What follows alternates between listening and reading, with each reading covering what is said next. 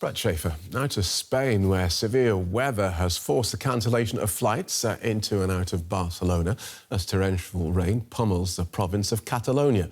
About 50 flights due to take off from El Prat Airport have been affected by flooding, with some incoming flights diverted. Road and rail travel's also been disrupted. Spain's already grappling with the aftermath of last week's extreme flooding in the east of the country, where at least 217 people were killed, mostly in the Valencia province. Rescuers are still searching for bodies inside houses and cars. 7,500 troops have been deployed to help in affected areas.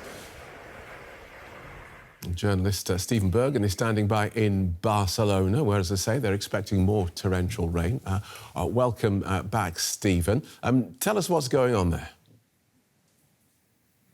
In Barcelona, well, it stopped raining for the time being. No rain is forecast until tomorrow morning. But the airport, as you said, is still barely functioning because of a torrential rain that we had this morning. And one of the main access roads to the city, the south of the city, is underwater and also unusable. There have been no trains today. We got an alert at about 10:30 this morning, telling people to work from home if possible, to avoid journeys, and many schools were closed. But at the moment, it's gloomy, but it's not raining, and things, I think, may get back to normal by tomorrow.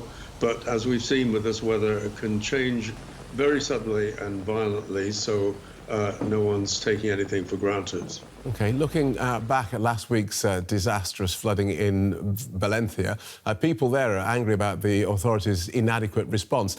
Now, the politicians seem to be blaming each other.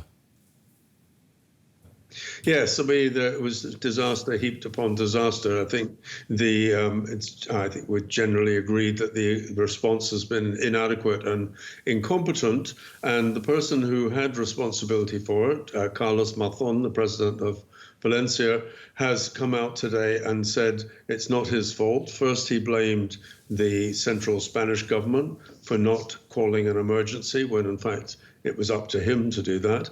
And then he blamed the water authorities for playing down the danger, which they've denied, and they say that it isn't. All they do is supply information, and it's to the government to issue the alert, which, as you know, was not issued until 12 hours after the weather people had warned that this was coming. So unfortunate to see this, this disaster has brought out the best in Spanish people, and we've seen the tens of thousands of volunteers going to help, and it's brought out the worst with this petty squabbling of the politicians. Just tell us what's going on in Valencia at the moment. What sort of shape are they in? Well, they're still lacking essential services like water. Food is scarce, or its supply is erratic. So a lot of people are still without electricity.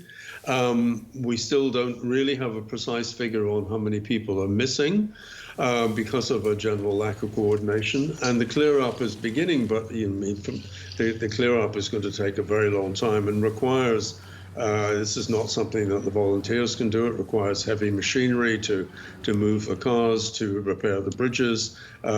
We will be seeing this going on for several weeks and months. OK, thank you, Stephen. That's journalist Stephen Bergen in Barcelona.